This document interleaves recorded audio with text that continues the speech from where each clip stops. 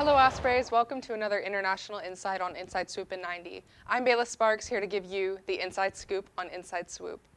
Several Russian drones entered Poland's airspace today and were shot down by Polish forces and other NATO allies.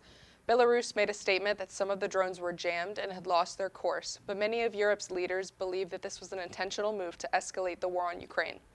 The incident occurred 3 days after Russia's largest aerial attack on Ukraine.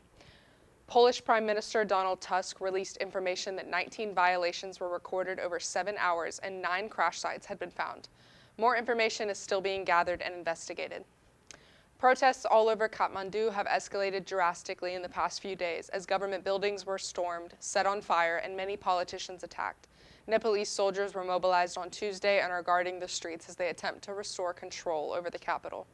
People in the surrounding areas are still ordered to stay home and abide by the curfew following the escalated protests. The Prime Minister has resigned, although this has not had much effect on the unrest.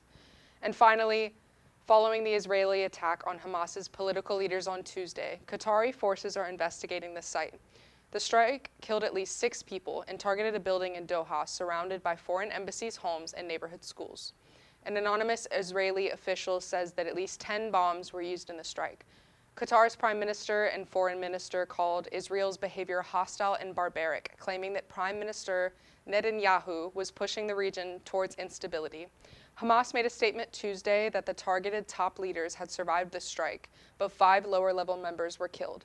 This attack could threaten all of the negotiations of a possible ceasefire in Gaza. Well, Ospreys, that's it for this edition of Inside Swoop in 90. I'm Bayla Sparks, and I'll see you next time.